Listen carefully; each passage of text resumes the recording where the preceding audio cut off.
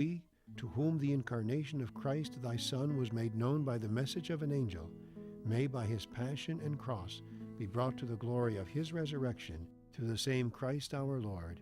Amen. I'm Father Ronald Haft from Our Lady of Divine Providence Family of Parishes. Thank you for listening to Sacred Heart Catholic Radio. 740 WNOP Newport, 910 WPFB Middletown, or get the app, stream, podcast, and more at sacredheartradio.com.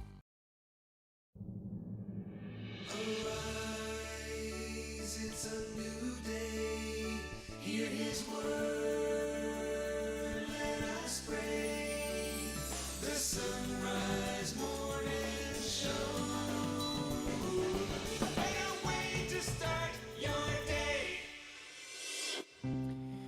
It is Thursday, the 19th of October. It's the Feast of the North American Martyrs. Let's ask for their intercession today in the name of the Father, and the Son, and the Holy Spirit. O God, who chose to manifest the blessed hope of your eternal kingdom by the toil of Saints John de Brebeuf, Isaac Jogues, and their companions, and by the shedding of their blood, graciously grant that through their intercession, the faith of Christians may be strengthened day by day. We ask this through Christ our Lord. Our Father, who art in heaven, hallowed be thy name. Thy kingdom come, thy will be done, on earth as it is in heaven. Give us this day our daily bread, and forgive us our trespasses, as we forgive those who trespass against us. And lead us not into temptation, but deliver us from evil. Glory to the Father, and to the Son, and to the Holy Spirit, as it was in the beginning, is now, and ever shall be, world without end. Amen. Martyrs of North America, pray for us. It is the Sunrise Morning Show. Glad to have you along here on a Thursday morning.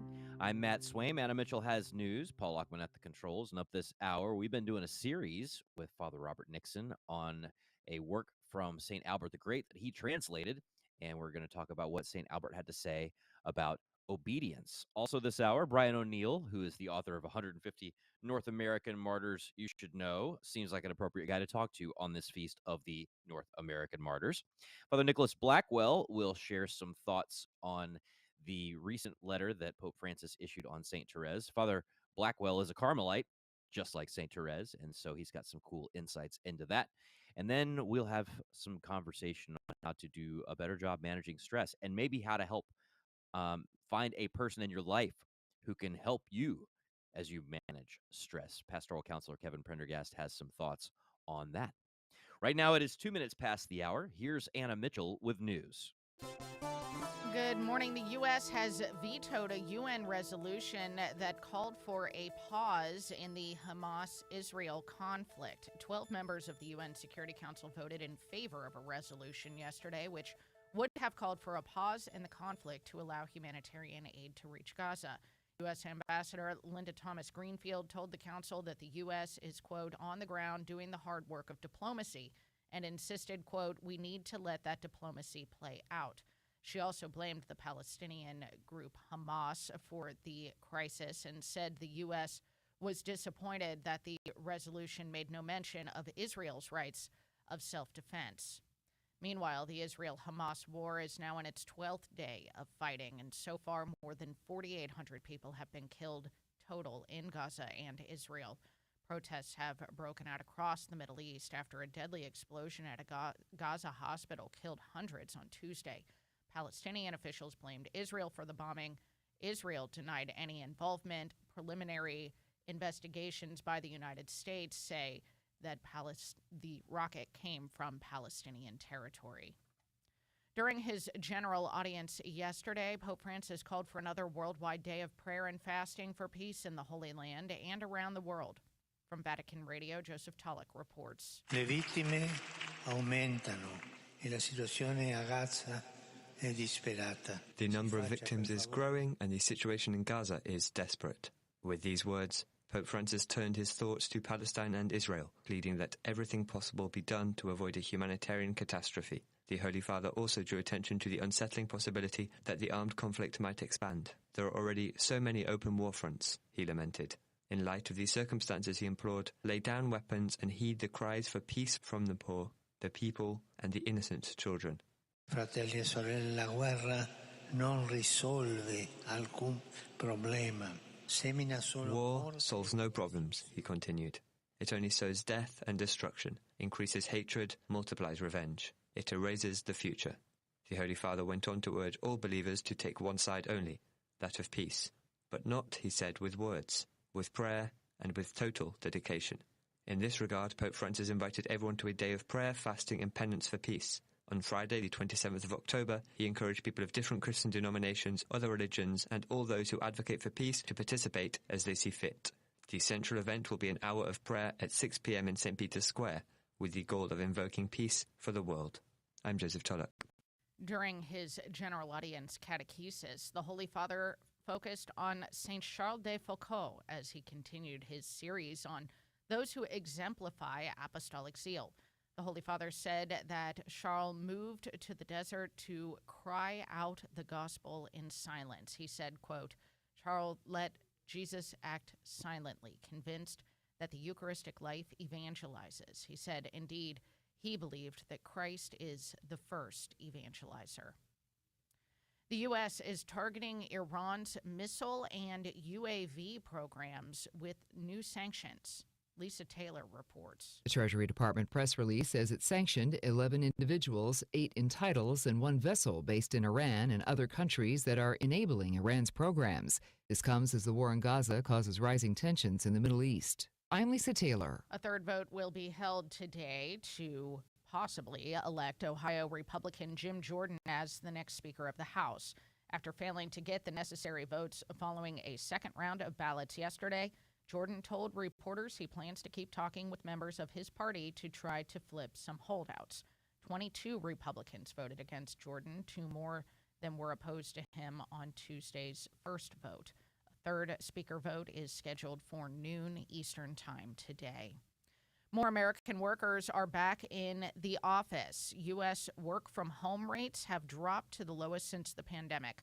According to the latest census data, fewer than 26% of households still have someone working remotely at least one day a week.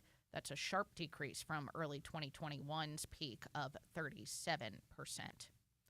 And the Astros picked up a crucial win in the American League Championship Series. Houston now trails the series 2-1 after downing the Texas Rangers 8-5 in Game 3 at Globe Life Field. The Astros scored 3 runs in the second inning and never looked back on the way to the win. The series continues with Game 4 in Arlington tonight.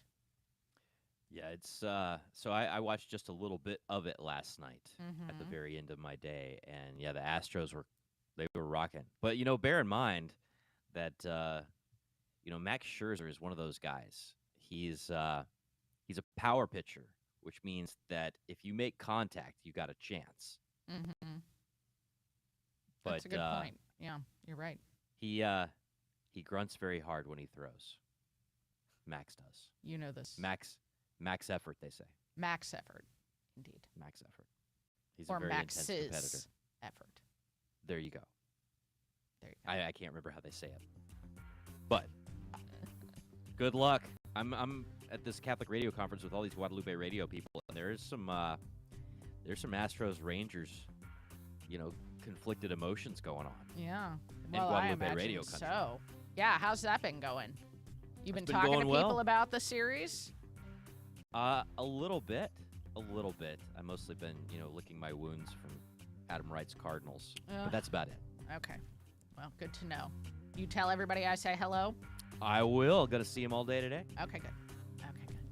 Well, today is Thursday, October the 19th. It is the feast of the North American Martyrs. More on them in just a little bit with Brian O'Neill, who wrote a book about them, and a bunch of other North American martyrs.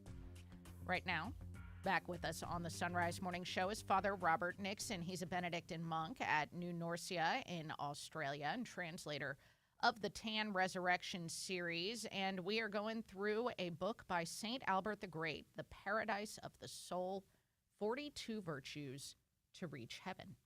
Father, welcome back.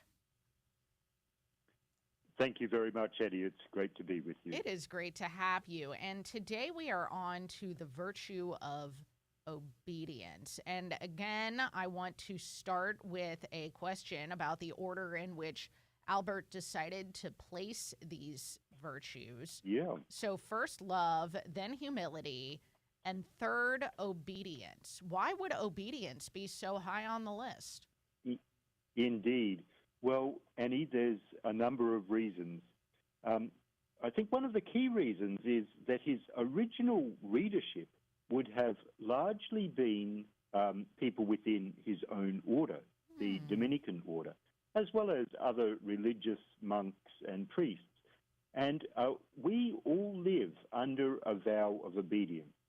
So poverty, chastity, and obedience, as well as stability for Benedictine monks. But it certainly is a key feature of the religious life, and perhaps the vow which most people tend to struggle with over the longest period of time. But having said that, obedience is important for people in other vocations, in married life, for example, where there's mutual obedience, and in all lines of work where there is obedience to one's legitimate authorities implied. So obedience is a very important basis to correct and virtuous behavior. If obedience isn't there, a person then remains fundamentally self-willed, and this self-will is contrary to so many things. Yeah. So obedience is such an important virtue for everyone to cultivate. Well, how does he define true obedience? So he talks about a number of characteristics of genuine obedience. And this is obeying legitimate directions from one's authorities, people whom one is bound to obey, and to do it not just mechanically, but to do it in such a way that you wholeheartedly embrace what you're being asked to do. So you show not the slightest sign of resentment in your demeanor or in your words or in your actions. I think this is such a key thing. I think sometimes people believe they're being obedient, but the fact that they're not happy about it, that they're resentful or grudging, actually comes through in the way they behave and in the way they do what they're asked to do. Yeah, I'm not going to lie, Father. Oh, go ahead. Yeah? Sorry. No? Do you experience that sometimes? Oh, no. Well, I mean, I do personally. I have to say that while I was reading through this chapter by St. Albert, I was wanting my 4-year-old to be capable of reading so that I could hand him this chapter. Because, you know, the one thing that I really appreciated about this as a parent, which is the situation from which I am reading what St. Albert has to say here, is that oftentimes you have to leave one good for another good. Exactly. So he makes the point here that true obedience is never going to require us to do anything which is actually evil or contrary to divine law, because then it wouldn't be a virtue at all. But the fact is that we can't choose to do every good thing there is. And sometimes obedience might require us to cease doing one thing, which is in its way good, to do something else, which is also good. And in these cases, we need to defer to the judgment of the person who is our superior, the person to whom we owe obedience. And this is very difficult, particularly for monks, because, we often tend to feel that we know best or whatever, but we need to think, well, our superior, our abbot, has been charged with this office of obedience. And as long as he's not asking us to do something which is actually bad, which he would never do, but he's asking us to do things which are all good, but good in different ways. So we need to defer to the judgment of others. And that implies humility, which I think is so important. Yes, absolutely. And in true St. Albert fashion, I'm learning even early on in this book, he always kind of calls us out, because it's easy to be obedient, he says, when you're doing something that somebody asked you to do and you wanted to do it anyway. But the measure of true obedience is when you have to move away from something you wanted to do and do something that you didn't want to do. That's exactly right. And that involves deferring to the judgment of another. And a key point is that we don't show resentment. You know, and I think about when I used to be, before I entered religious life, I was a teacher, and very often, particularly with teenagers, they would obey you, but, you know, they would make it clear that they actually didn't want to obey you, and I think we need to be careful about that. We need to take on things wholeheartedly, and this is such an important thing. He says we need to know to discern what the actual will and intention of our superior is and try to put it into practice, not just to do what we're told in a mechanical or minimal way, but fully to embrace it. So what are some signs that you are being truly obedient that St. Albert talks about in here? So, as he says, this a key sign is to do things wholeheartedly. So if you're asked to do something which you may not particularly be inclined to do it well and enthusiastically and to the best of your ability. The other thing is that there is a certain kind of anticipation or discerning of what your superior actually wants you to do and the reasons he wants you to do that. And I'm saying he here, but it could be anything. And now this would be also applying in married life, for example. So if you have a sense that your husband or wife wants something, even if they don't specifically ask, then you would go out of your way to do it. The same with a child and his parents. If a child has a sense that his or her parents want them to do something, even if they're not specifically asked, they'll do their best to do it. And this is true obedience. It's a kind of active following of the will of another. Yes, kids, I want you to clean the living room. So just anticipate it and do it before I ask. That's And isn't it wonderful? Isn't it wonderful, Annie, when people do things without being asked? Yes, it is. It's incredible. This was such an enlightening chapter, and I'm so glad we're going through this book. It's called The Paradise of the Soul by St. Albert the Great, translated by Father Robert Nixon. Father, really appreciate your thoughts on this morning and look forward to next time. Thank you so much. Thank you. God bless you, Annie. You too, Father. Thank you. And you can find this book and all of our guests linked in the show notes for the day at sunrisemorningshow.com. We got headlines coming up next. It's 17 past. Support is from Solidarity Health Share. Do you have an insurance plan that pays for everything, even things that violate your beliefs? Have you ever felt there has to be a better way, but didn't know you had any options? If you answered yes, I've got some good news for you. There is a better way and a more affordable way.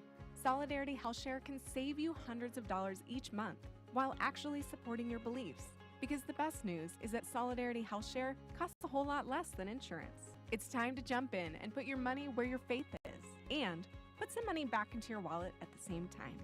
Join Solidarity Health Share, a faith-based healthcare sharing community. Prices start as low as $384 a month for families. Call to see how much you can save. 844-334-3245. That's 844-334-3245. Solidarity Health Share, 844-334-3245. Waking up with Mystic Monk Coffee is definitely a better way to start your day. Not only are you getting a great cup of coffee, but your purchase helps support the life of the Carmelite monks of Wyoming.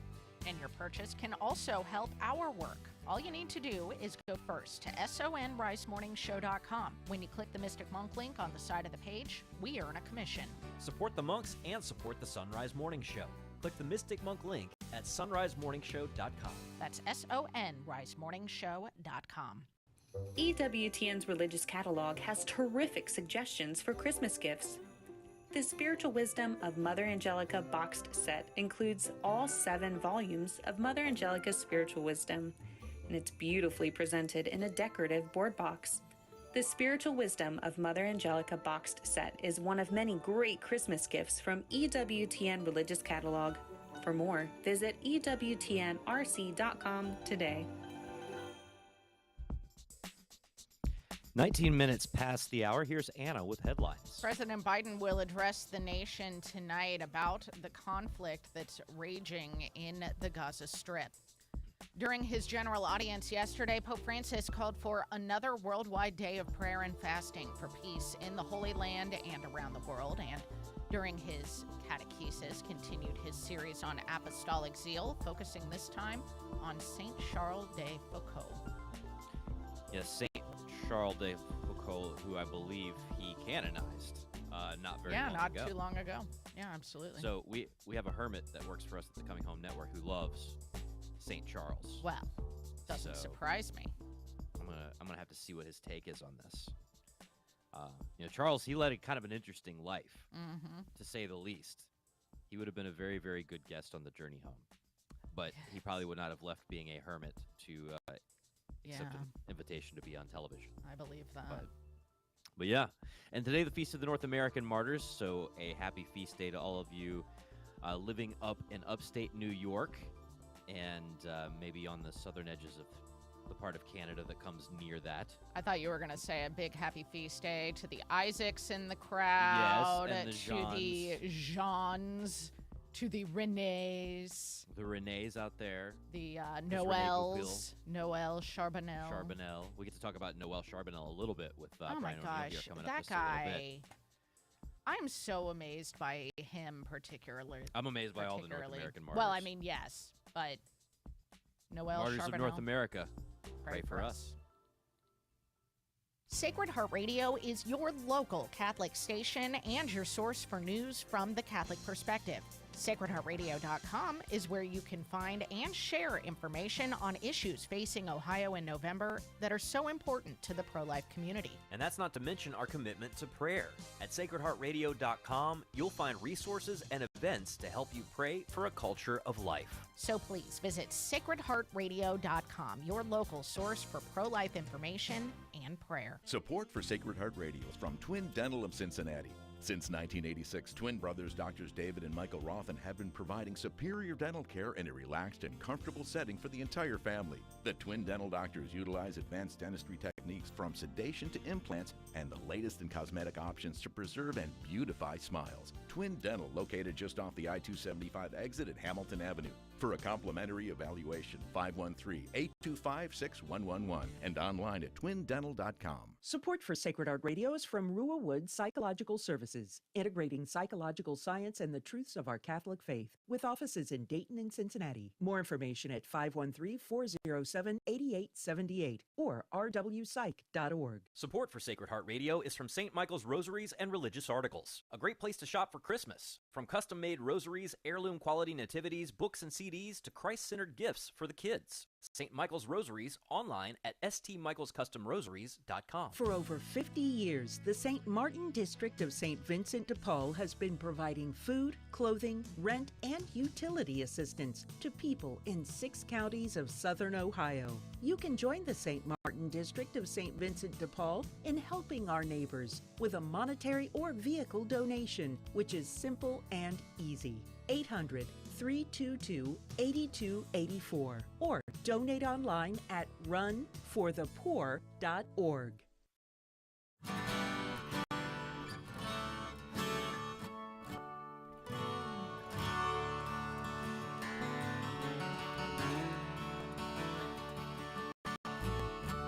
The Sunrise Morning Show continues. I'm Matt Swaim, joined now by Brian O'Neill, who's written a lot of things about the saints over the years, including 150 North American Martyrs you should know.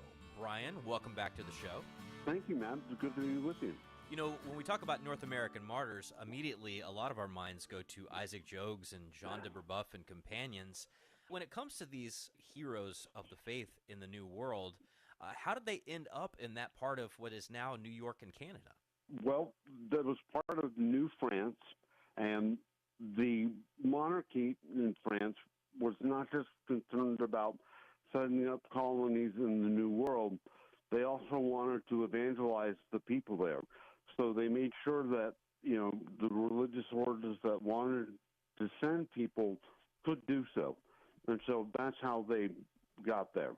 Well, they got here and they found all kinds of interesting challenges, right? Language challenges, culture shock challenges, and a whole bunch of other things. You know, what was it like for them once they arrived and started doing their mission work? Well, to just give one example, St. John de Brebeuf spent a decade before he even started becoming passable in the Huron language, because they use these very flowery, poetic metaphors, and it takes a really long time to be fluent in that. Plus, the sentence structure and the way they spoke was just completely different than, any of the Romance languages that they were, or even Indo-European languages they would have been familiar with from their studies in seminary and whatnot.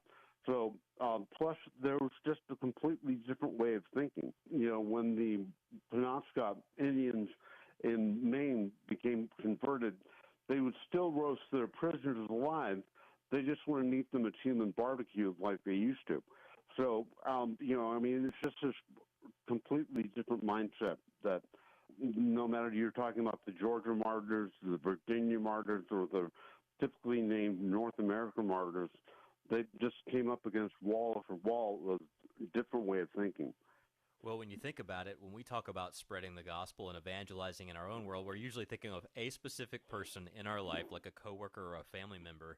In the case of somebody like Jean de Brebeuf, he's looking at an entire culture, right, who has no point of reference for the kinds of things that he's trying to explain from scratch, trying to figure out what are the things that they already know about, what are their already existing concepts of God, and how can I build off of that to show them the true God and Jesus, his son. So, it's an amazing thing to think about. Do you have a favorite one of these martyrs as you were putting together some of the research for your book? Well, the typically named North American Martyrs, you could pick several. St. John de Brebeuf, because he came up with this completely radical new way of evangelizing. He had to die to himself to do it. St. Isaac Jogues, who escaped from being tortured and imprisoned by the Iroquois, the Mohawks, and was sent back to the New World, and then was sent back as an ambassador to the very village from which he had escaped from. And he knew he was going to his death, and yet he believed this was God's will. Father Charles Garnier, who had amazing childhood issues caused by his father, and yet they're what made him a saint.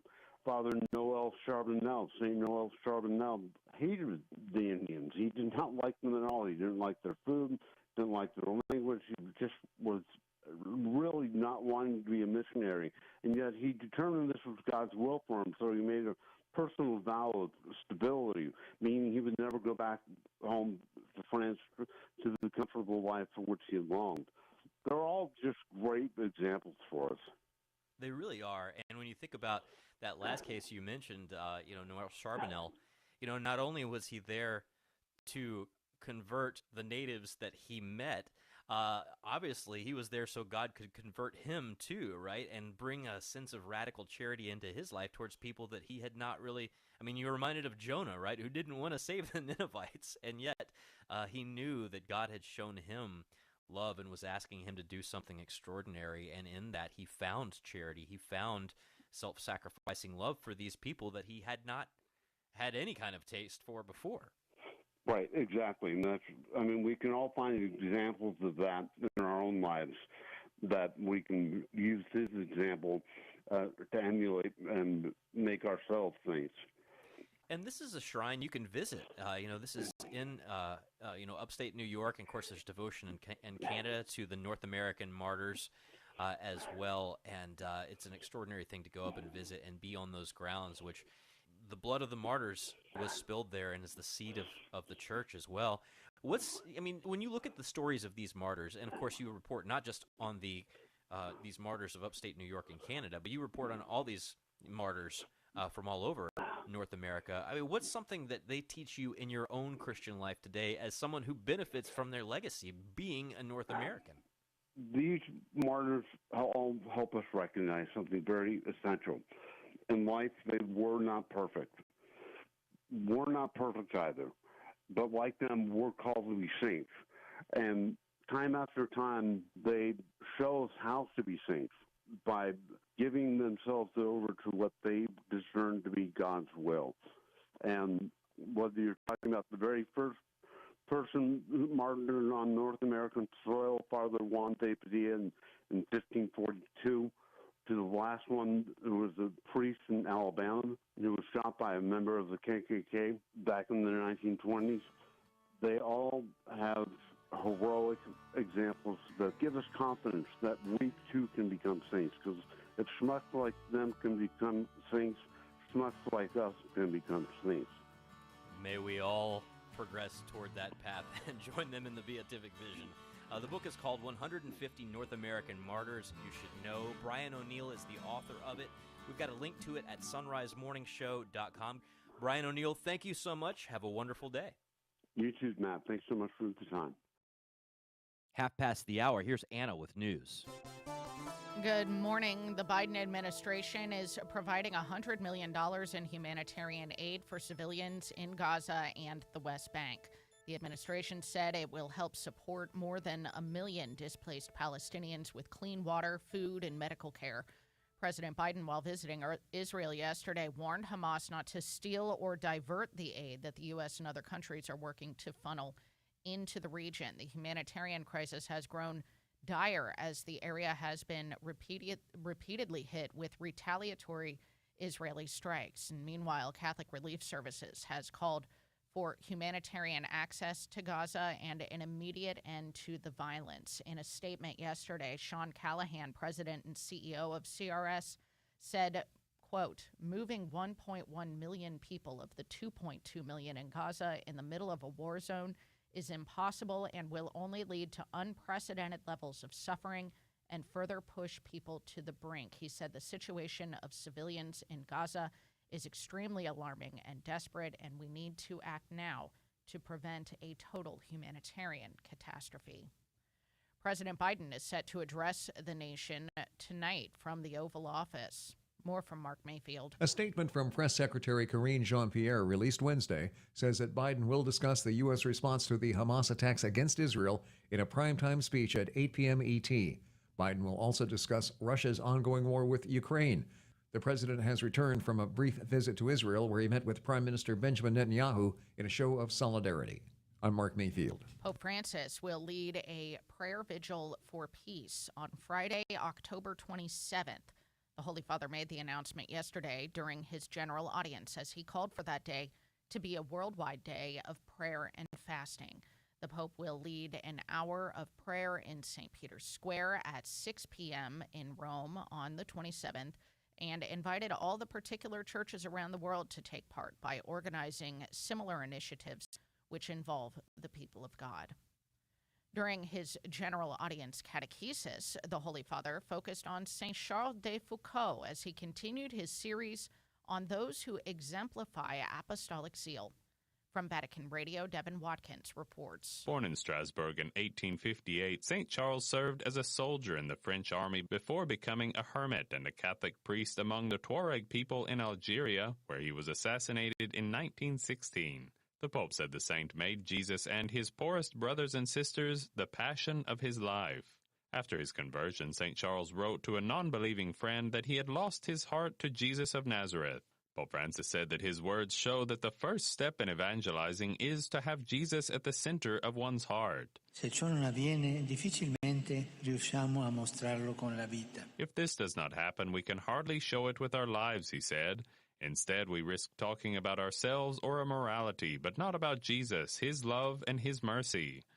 The Pope noted that St. Charles de Foucault moved from attraction to Jesus to imitation of Jesus, and even felt like a younger brother to the Lord. He went so far as to move to the most remote of places, the Sahara Desert, to live among the Tuareg people, to cry out the gospel in silence.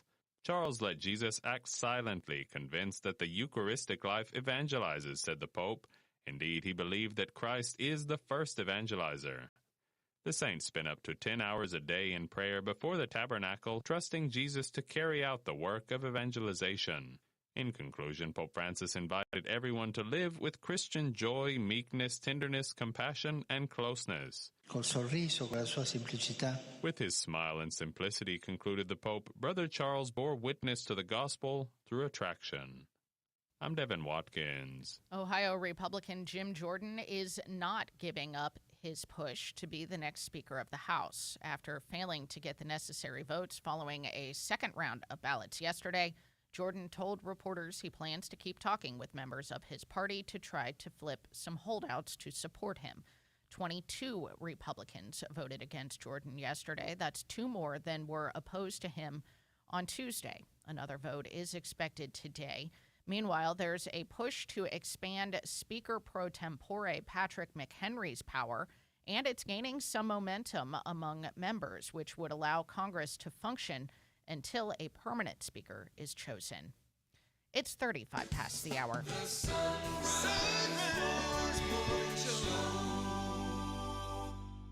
When you click subscribe at sacredheartradio.com, you get our show notes in your inbox with links to everything featured on the Sunrise Morning Show and Driving Home the Faith. To know when your favorite guests are on, go to sacredheartradio.com and click subscribe. Support for Sacred Heart Radio is from Schneller-Knockelman Plumbing, Heating, and Air. Water heaters, plumbing repair, and drain cleaning backed by Schneller-Knockelman's 100% satisfaction guarantee. Schneller-Knockelman at skpha.com. skpha.com. Support for Sacred Heart Radio is from Hoting Realtors, trusted and recommended by generations of families to sell their homes. Licensed in Ohio, Kentucky, and Indiana. Hoting Realtors, 513-451-4800 and at hoting.com. You rely on your car, so rely on the experts at Fort Mitchell Garage, a proud supporter of Sacred Heart Radio. They can do it all from brakes, tires, and heating and cooling to towing and collision repair and more. Fort Mitchell Garage on Dixie Highway in Park Hills. On the web at fortmitchellgarage.com.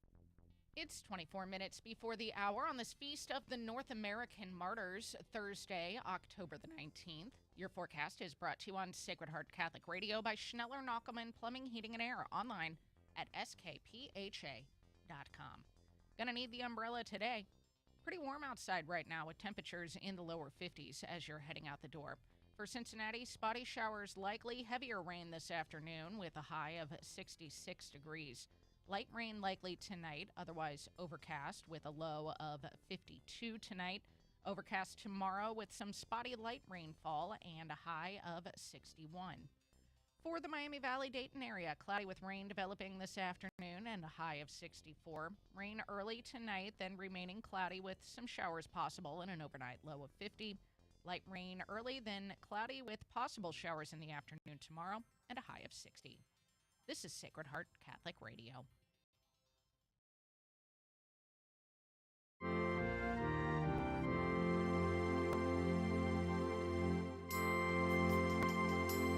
We're joined now by our Carmelite correspondent, Father Nicholas Blackwell. An exciting month, October, for anybody in the Carmelite life, whether you have a religious vocation or you're a lay person who is dedicated to Carmelite spirituality. Father, good morning.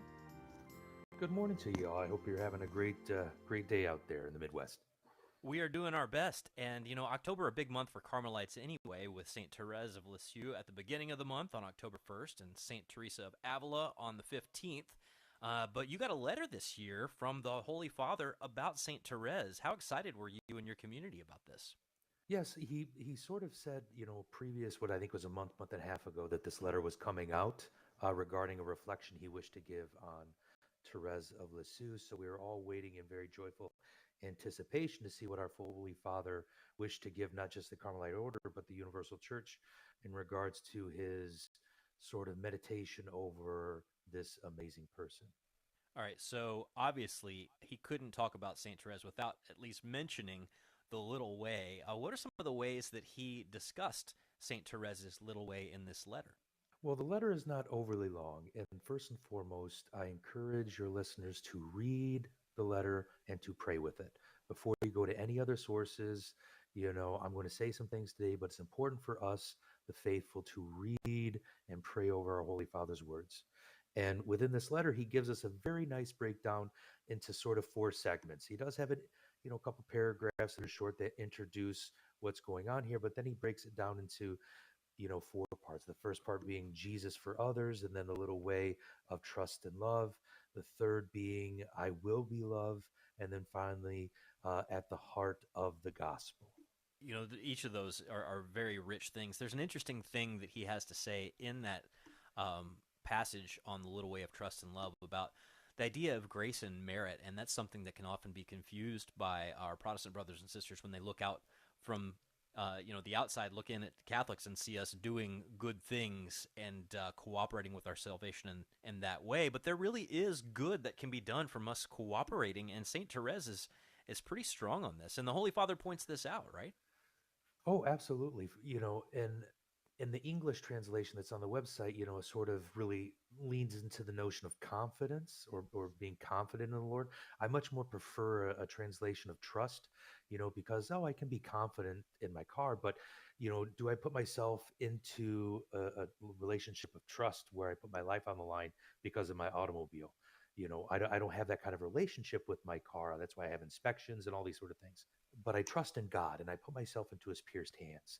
And it is in that foundational trust that he's trying to show us through reflecting upon Teresa Lisieux. And the reality is, if we respond to that trust, which is already being motivated by grace, we will be overcome by a love that pours forth from the very pierced heart of Jesus Christ. And you mentioned that notion of grace and trust and love.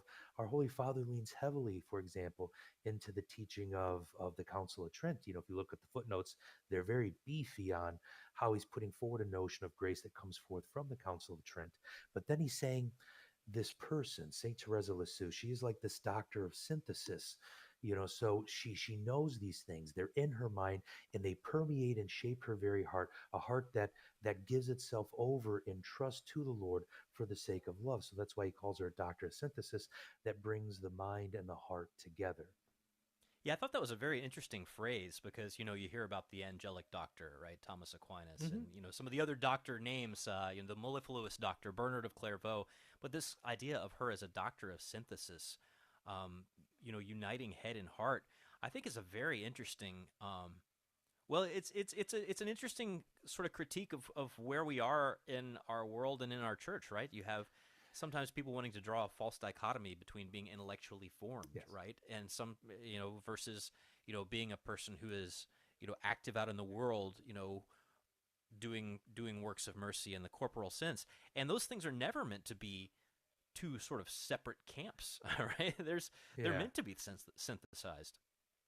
Yeah, he's very clear. This is, the fourth section, this at the heart of the gospel. He really answers in a definitive way of why he put this letter out.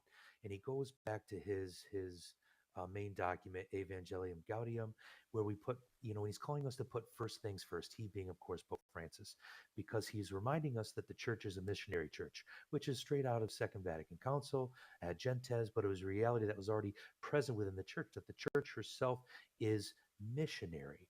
And therefore, to carry forward that missionary message of the good news of the gospel, we have to put first things first. There's this quote unquote ladder to heaven. He's trying to get us to the foundation points of where does the ladder rest upon, and it's the love of God. So he mentions, there's higher teachings in the church, and he's not trying to push those aside at all, but he's saying we have to get back to basics, which is this fundamental relationship of love that floods our heart from the reality of God's grace, in which we can have trust in. And to understand this basic foundation, look towards this amazing person, this amazing saint, Teresa Lisieux, who helps to incarnate this reality of love through her own life. Ergo, why she's a doctor of synthesis. She knows these things. They are planted firmly and grow profoundly in her heart, and she goes forward in her community to share these things, but also in her life of prayer. Thus, why she is one of the patron saints of the missions. Yeah, and there's so many things to be said about Saint Therese. I encourage people to go read the whole letter. It won't take you that long, but there is a lot. No, it's very short. To chew it's like 13 pages. Yeah. So, and in that, think about all the stuff going on in our world and all the big things that we want to be able to fix, and just that reminder of what does God put in front of us individually today to live the gospel in that very real, intangible, and immediate way. Thank you so much, Father Nicholas Blackwell. If our listeners want to connect with you, how do they find you online? You could just go to carmelitefriars.com, check out our vocation material, and you can always reach me through that website there. So thank you very much for your time today, and know that I'll be praying for y'all. Well, my goodness, we've talked about a lot of saints today.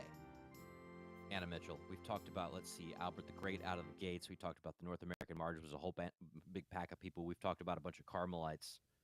Yep. And such. I mean, we should start doing like a tally, like a sheet of How which many saints get talked about in the saints course get of talked the day. about? We need to have a bingo card or something. How many times do we mention Jesus? That would be another one. About 5 times an interview, at least. Exactly. That's on the low end. But at any rate, all you holy men and women, pray for us. We got pastoral counselor Kevin Prendergast coming up next. It's a quarter till. Support for the Sunrise Morning Show is from Visiting Angels. Visiting Angels provides experienced, compassionate care to millions of aging adults nationwide by keeping them safe and healthy in the comfort of their own home. Whether it's a short break for caregivers or for long-term assistance, Visiting Angels provides hygiene, meals, light housework, companionship, and more.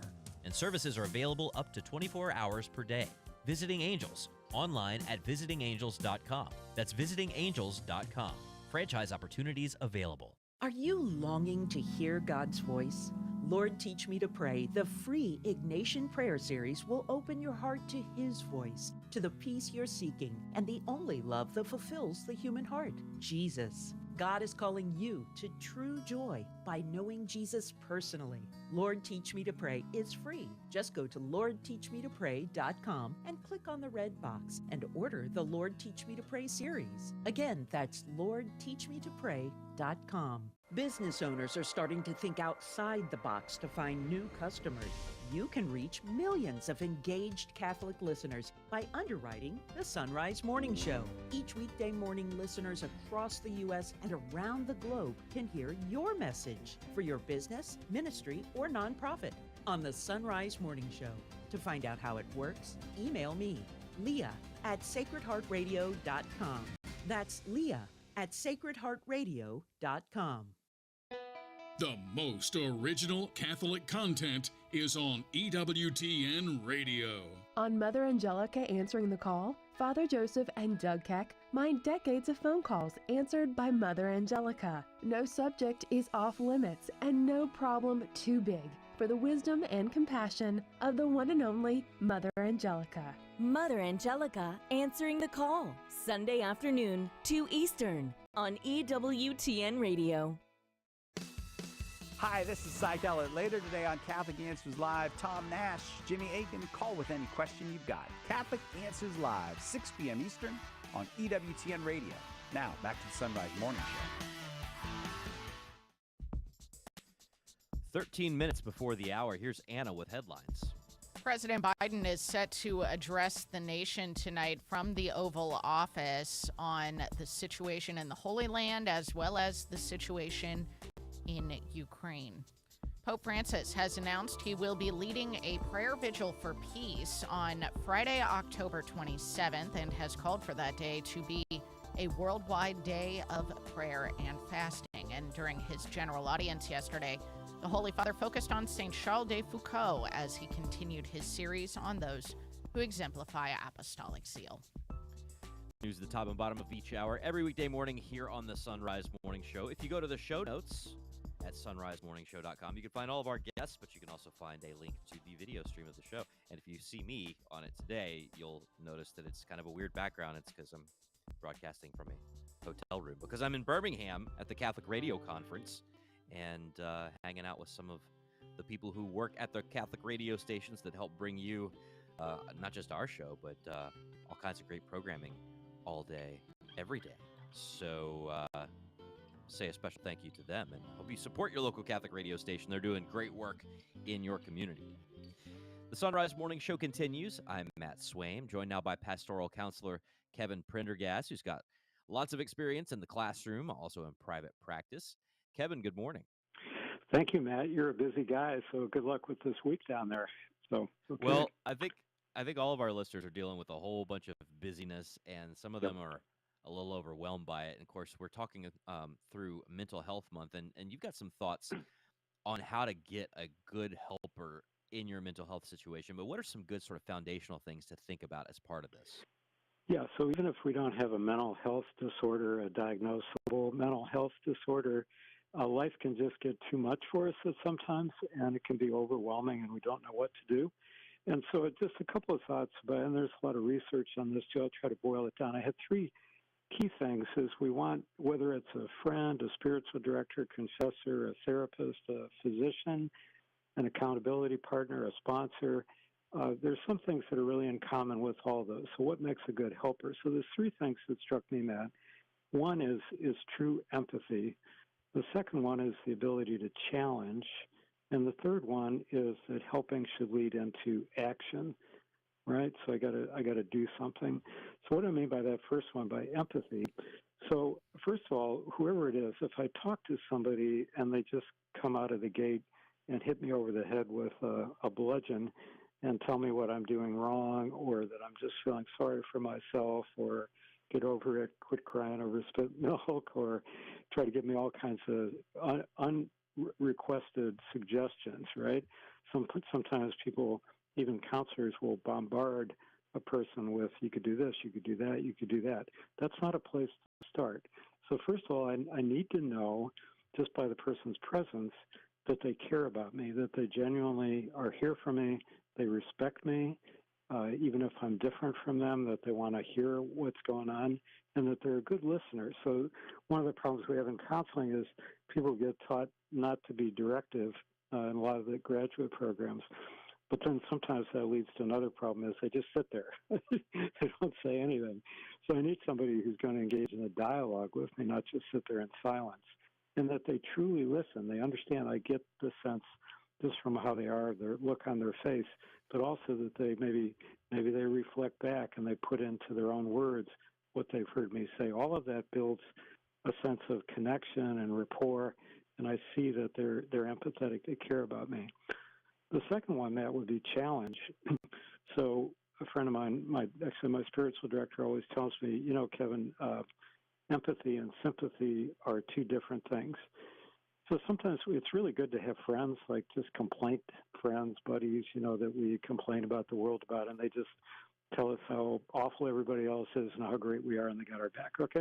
You know, all of us need that at times. But that's sympathy. It's somebody just taking our position. It gets to be dangerous if I go and complain to a lot of other people about my spouse or about my boss, and they simply take my side, right? So that's more sympathy. They're just aligning with me. So we start with the empathy. We have to feel this person hears me, they care about me, but they care about enough about me that they will challenge. So they say, well, have you thought about it this way? You know, maybe you're only looking at one part of the situation with your boss or your coworker or your adult child, right? And they say, you know, maybe there's a wider perspective. That's uncomfortable. And some of us as friends or counselors or spiritual directors, we don't want to make people feel uncomfortable. We want them to like us.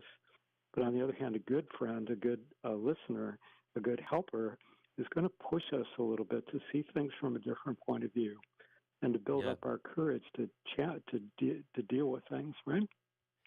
You know, it's interesting as you're. Go ahead. Yeah. I was just gonna say, as you're talking about this, I can't help but think about our Lord, right? And Jesus as such a, a perfect model of all this, because I hear some people who they're just confrontational all the time, and they're like, well, Jesus was confrontational, and then I know some people who don't confront anybody about anything and just don't ask anybody to change anything about their lives because they're like, well, Jesus met people where they are. I'm like, well, he did all those things, but he mostly, first and foremost, saw the situation, right, and saw what that person specifically that was in front of him needed in that situation. And that to me is one of the genius things about his earthly ministry. Yeah, and that's how we can cooperate with grace. So somebody helps us. The two examples from the scriptures that you bring it up. So Jesus with the Gerasene demoniac cast out the demons into the pigs, right? So it's a very dramatic story. But then he says, the guy wants to go with Jesus, and he says, no, you go back to your community because he's alienated. He hasn't been connected with his family, his village, his community. Go back there and preach the good news.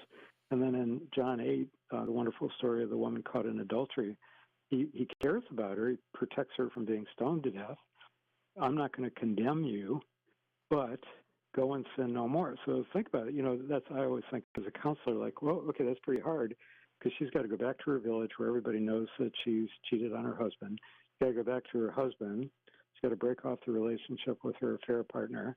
She has to rebuild trust in the marriage. She has to put up with the scorn and the contempt of her neighbors and maybe her kids and relatives. So that's a tough task, is like go and sin no more and try to put your life back together. So that's what a good helper should do, is listen to me, be empathetic, challenge me to look at things from a different point of view, and then point out some action steps, help me to develop some next steps, some sane responses that, maybe I need to make amends. And sometimes the action is just to suffer with grace and dignity, right? So that, the cancer's not going to go away, my loved one's in hospice. So there's really, what do I do? Well, we bear up with that and not get resentful, bitter, lose our faith and trust in the Lord. Well, those are action steps. We have to take some behavioral steps there. A friend of mine is fond of saying, there's a lot that's out of our control. Maybe most things are out of our control, the economy, the world situation, other people in my life, but I'm never helpless. So if I bring that to God, like, God, I'm not helpless. I know that if you are with me and give me the grace and strength, you can help me to deal with the situation or to take some constructive action to make it better. And a good helper can point us that way. It's just not me and God or me all by myself, but if I've got people in my community, my parish, people I trust, and it only takes one person. If I've got one person that I can tell everything to, and they have those qualities, that can really help me along with God's grace to make things better and deal with things. Well, and that's why I firmly believe it's so important for us to strengthen our parish communities so that we have more opportunities to find out who in our community of faith, in our own parish, going to Mass with us, receiving the Eucharist with us, is having trouble, right? So that we can be those shoulders to lean on and facilitate those spaces where we can get to know one another better and find out what people are struggling with, because a lot of these struggles are hidden things. And they're in the lives of people. Everybody we know is struggling with something we can't see. So That's right. This is great stuff, Kevin. Thank you so much. Have a wonderful day. Have a great day. Take care. All right, we got another full hour of the Sunrise coming up for Sunrise Morning Show, that is, coming up for many of you listening across the EWTN Global Catholic Radio Network. You can head to sunrisemorningshow.com if you want to find more about Pastoral Counselor Kevin Prendergast or all of our guests, or join us on the live video stream. Please do stay with us. We're back right after this. It is 3 minutes before the hour.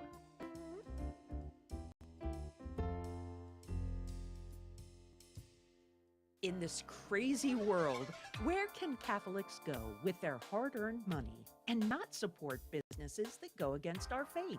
Check out the Angels List on sacredheartradio.com. It's a list of businesses owned and operated by our Catholic brothers and sisters who underwrite Sacred Heart Catholic Radio.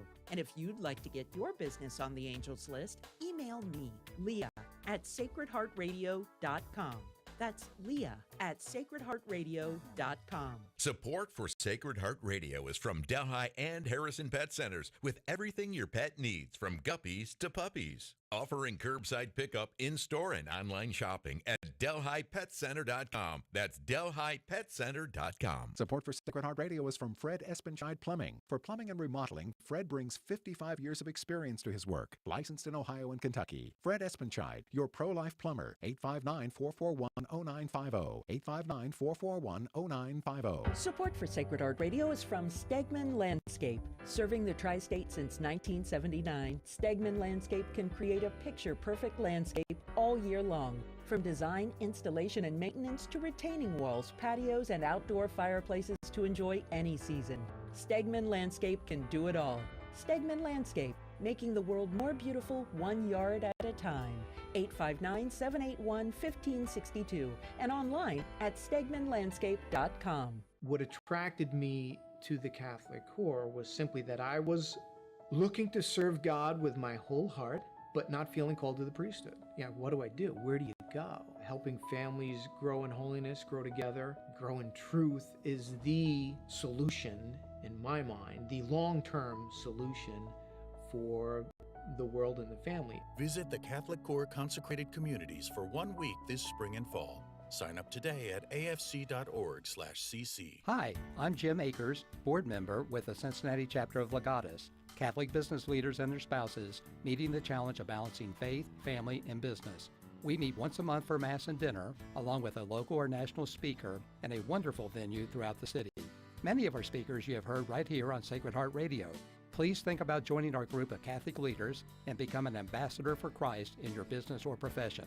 Contact us at cincinnati@legatus.org. That's cincinnati@legatus.org. Pregnancy Center West is committed to protecting the unborn by encouraging women to see and choose the beauty of life while offering practical assistance for them and their families. Donate securely online at supportpcw.org. That's supportpcw.org. I am Father Rufino Ezama, the Provincial Superior of the Comboni Missionaries. Thank you for listening to Sacred Heart Catholic Radio. 740 WNOP Newport, 910 WPFB Middletown, or get the app, stream, podcast, and more at sacredheartradio.com.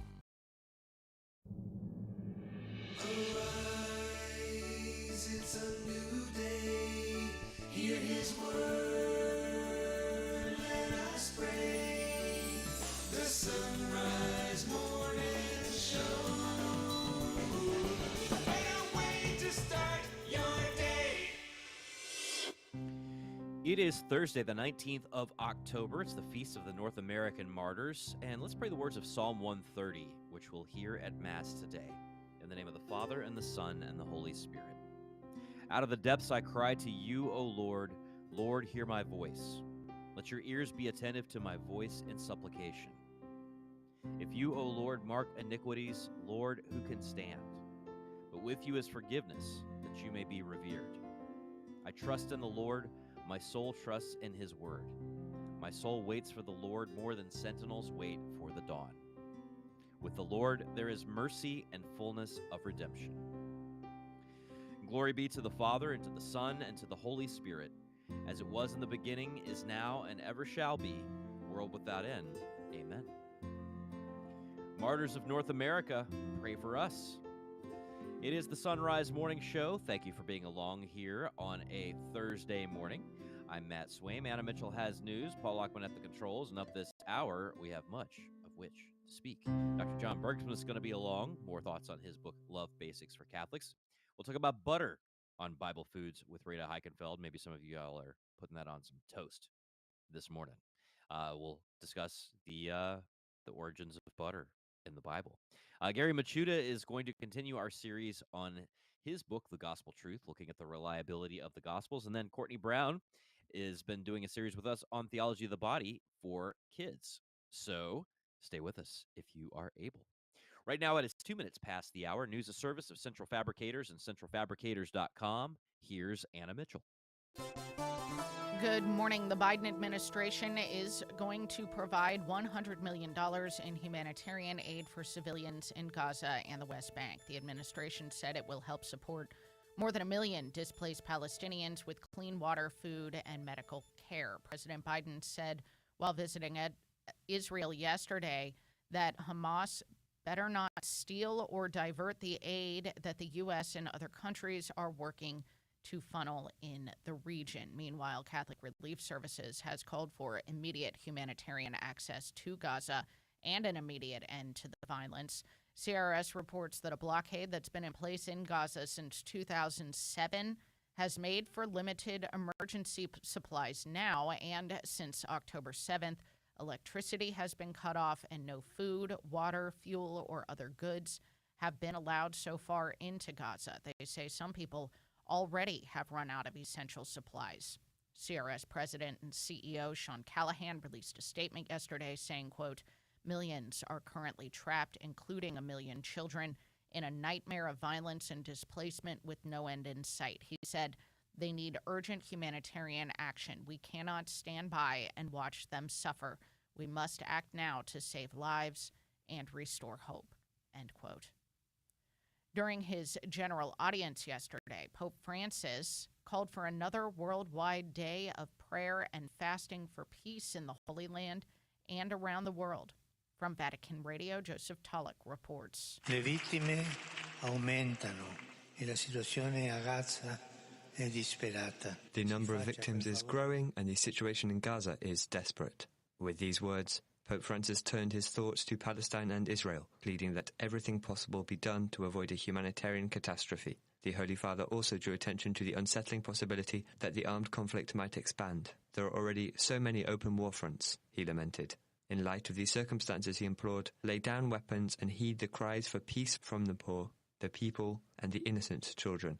Fratelli e sorelle, la guerra non risolve alcun problema. War solves no problems, he continued. It only sows death and destruction, increases hatred, multiplies revenge. It erases the future. The Holy Father went on to urge all believers to take one side only, that of peace. But not, he said, with words, with prayer and with total dedication. In this regard, Pope Francis invited everyone to a day of prayer, fasting and penance for peace. On Friday, the 27th of October, he encouraged people of different Christian denominations, other religions, and all those who advocate for peace to participate as they see fit. The central event will be an hour of prayer at 6 p.m. in St. Peter's Square, with the goal of invoking peace for the world. I'm Joseph Tullock. During his general audience catechesis, the Holy Father focused on Saint Charles de Foucault as he continued his series on those who exemplify apostolic zeal. He said that St. Charles moved to the desert to cry out the gospel in silence and said, Charles lets Jesus act silently, convinced that the Eucharistic life evangelizes. He said, indeed, he believed that Christ is the first evangelizer.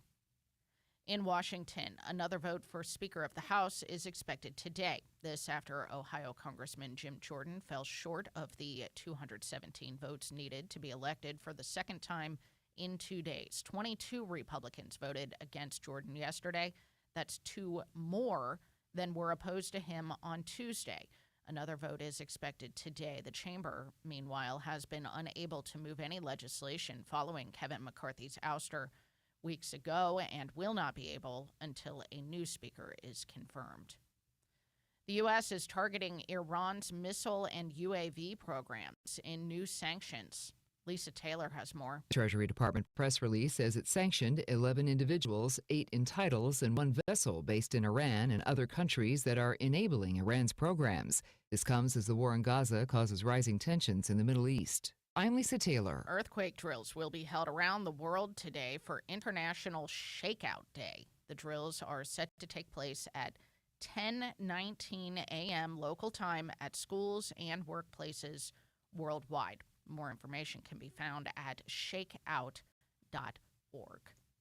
And the Astros picked up a crucial win in the American League Championship Series. Houston is now trailing the ALCS 2-1 after downing the Texas Rangers 8-5 in Game 3 at Globe Life Field yesterday. The series continues with Game 4 in Arlington tonight. In the National League side, the Diamondbacks are looking to climb out of their early hole in the NLCS. Arizona hosts the Philadelphia Phillies for Game 3 today at Chase Field. The Phillies currently lead the series 2-0 after crushing the Diamondbacks 10-0 in Game 2. Watch out for those Diamondbacks. They are resilient. Wow. They're the upstart of the remaining 4. Mm-hmm. So I don't know. The Phillies are. I hate to say, the Holy Spirit radio people are going to be just so tired of me and my Phillies baggage. Your Phillies baggage. Phillies baggage. But I will say they are a fun team to watch. They are a fun team. They got some fun players. Yeah, and we'll just see what happens. We shall see, as someone I know likes to say. Just so you know, if you ever develop a verbal crutch as part of your radio broadcasting and you work on the Sunrise Morning Show, one of the other employees will remind you of it at every opportunity. At every possible opportunity. Although you're nice to me because I don't know what my verbal crutches are because you don't exploit them. I know you don't, Chazzy. I know you do, Chazzy. That's true. Today is Thursday, October the 19th. It is the feast of the North American Martyrs. Pray for us. Back with us now on the Sunrise Morning Show is Dr. John Bergsma. We have been going through his book, Love Basics for Catholics. Good morning, Doc. Good morning, Anna. So, Doc, today we are going to unpack the theme of love in the story of Jesus' encounter with the Samaritan woman at the well in John chapter 4. And this is kind of a long story, so I'm not going to read the whole thing this morning, but these are the opening verses, John chapter 4, verses 1 through 6. Now, when the Lord knew that the Pharisees had heard that Jesus was making and baptizing more disciples than John, although Jesus himself did not baptize, but only his disciples, he left Judea and departed again to Galilee. He had to pass through Samaria. So he came to a city of Samaria called Sychar, near the field that Jacob gave to his son Joseph. Jacob's well was there, and so Jesus, wearied as he was with his journey, sat down beside the well. It was about the 6th hour.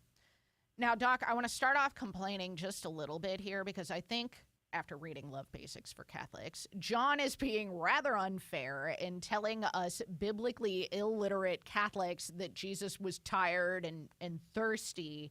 And, you know, we just pass over this part of the story without giving it a moment's thought. But what is so significant about the fact that Jesus sits down at this well? Right. Well, as soon as he does so, we just know that a woman is going to show up. And why do we know that? Because we've watched a bunch of these movies before. So we've watched a bunch of biblical rom-coms, right? Yep. Going back to Genesis 24, where Isaac, who's courting by proxy, his proxy servant comes into a town and comes to a well and ends up meeting Rebecca, who ends up as the bride. And then in Genesis 29, Jacob comes into a town and finds a well, and there he meets Rachel, and it's love at first sight. And Moses flees Egypt in Exodus chapter 2, and he comes to a well, and there he meets Zipporah, his future wife. So Jesus sits down by the well and like, okay, a woman's going to show up. Although John throws in a wrinkle, he says it's the 6th hour, which would be noon by our clocks. And that's a little wrinkle because we don't expect a woman to come at noon. Women usually come at dawn and at dusk, water for the day and then water for the evening. And so it's a little wrinkle, like, well, we expect a woman, but this is an odd hour for one to show up. Well, lo and behold, a woman does show up in the following verse. There came a woman of Samaria to draw water. Jesus said to her, "Give me a drink," for his disciples had gone away into the city to buy food. And this woman is the perfect woman to encounter Jesus here in Samaria. Tell us why. Yes, well, as the story unfolds, we find out that this woman's personal history is a fairly good reflection of the spiritual journey of her people. Now, we're going to get ahead of ourselves a little bit here, but of course, you know, a conversation ensues, and it comes up, for example, that this woman has had 5 husbands. And if you go back and do a little history on the Samaritan people, you find out that they are descendants of the northern tribes of Israel who intermarried with 5 different ethnic groups, Gentile groups, that came into the territory of northern Israel after the Assyrians had exiled them back in the 700s. And they had also not only physically intermarried, but spiritually intermarried, so to speak, by worshiping these Gentile gods that were brought in. So, again, the pattern of this woman's personal history, you know, tracks very closely kind of with the spiritual biography of the Samaritan people. Well, Jesus says in verse 16, "Go call your husband and come here." The woman answered him, "I have no husband." Jesus said to her, "You are right in saying, 'I have no husband,' for you have had 5 husbands, and he whom you now have is not your husband. This you said truly. What does that mean? He whom you have now is not your husband. Oh, there's a couple layers of sense there. What happened with the Samaritan people is when the Judeans came back from Babylon in exile and rebuilt the temple in Jerusalem, the Samaritans became ashamed of their paganism that they had adopted, and they went back to exclusive worship of the Lord God of Israel. But they didn't do it in the proper way. They made their own temple, which wasn't authorized. And it was kind of like trying to, excuse the expression, shack up with the Lord. And they're trying to, be with God, but not according to the covenant, which stated that Jerusalem was the place where they should meet with God and go to God's house. And so the God that the Samaritans are worshiping was not in a covenant relationship. And that's like, as it were, not truly being married, just, again, trying to live together. And so Jesus says this to the woman. No, it's true of the woman's personal life, but also, again, a reflection of her people. And then there's also an even a second or third sense there, Anna, because she's with Jesus right there. That's the man that's with her now, in a sense. And he is not yet her spiritual spouse because she's not come to acknowledge him as the Messiah and the Son of David yet. And so you have that sense as well going on. Well, it doesn't take long, though, does it? I mean, how do she and these people in her town fulfill some of the nuptial prophecies of the Old Testament by the end of this story? Sure. So she goes back and just announces that this prophet who knows everything about her has just come in, and that creates a lot of curiosity, as you might imagine. Mm-hmm. And so the whole town empties out to go see this Jewish rabbi who is being acknowledged as a prophet. And after 2 days of hanging out with Jesus, they come to acknowledge him as the Messiah. And it's amazing because it's a fulfillment of Hosea chapter 2. Hosea was the only prophet sent exclusively to the northern tribes of Israel, and he's also the prophet best known for his romantic imagery, especially in chapter 2, where he speaks of the Lord coming to woo his people back to himself and speak tenderly to them. And that's exactly what Jesus is doing in this passage, wooing the people of Israel back to himself. It just gives you chills when you understand all that is running through this story. It's just an incredible story. The Samaritan woman at the well in John chapter 4, and you can read more about it in Love Basics for Catholics from Ave Maria Press. You can find it linked at sunrisemorningshow.com. Dr. Bergsma, really appreciate it. Thank you. You bet. Talk to you next time. Sounds good. I look forward to it. All right, it's 17 past now on the Sunrise Morning Show. Back with headlines right after this. Support for the Sunrise Morning Show is from Visiting Angels. Visiting Angels provides experienced, compassionate care to millions of aging adults nationwide by keeping them safe and healthy in the comfort of their own home. Whether it's a short break for caregivers or for long-term assistance, Visiting Angels provides hygiene, meals, light housework, companionship, and more. And services are available up to 24 hours per day. Visiting Angels, online at visitingangels.com. That's visitingangels.com. Franchise opportunities available. Central Fabricators is proud to support the Sunrise Morning Show, where you'll get news from the Catholic perspective, while keeping you up to date on what's happening in the Vatican as well. It's also a great way to keep in touch with the Catholic faith throughout the week. Central Fabricators, based in Cincinnati, Ohio, is a family-owned business for over 75 years, manufacturing and repairing corrosion-resistant storage tanks, reactors, and pressure vessels. On the web at centralfabricators.com. That's centralfabricators.com. We know a lot of you love anything pumpkin flavored, and others, well, not so much. But the Mystic Monks of Wyoming are taking care of both of you with their coffee. That's right. Their seasonal favorite pumpkin spice blend is available, along with other normal flavors. And when you purchase them after clicking the Mystic Monk link at sunrisemorningshow.com, you earn us a commission. While you're at our site, pick up a Sunrise Morning Show mug in our online store. Get a mug and link to Mystic Monk Coffee at sonrisemorningshow.com. Are you prepared to vote? Citizens have co-responsibility for society. The moral theology tradition teaches that one may not vote for an enemy of religion or of freedom, except to exclude a worse enemy of religion and of freedom. Learn more so you're prepared when you vote this November. Visit EWTN.com/vote for everything Catholic voters need to know before picking up a ballot.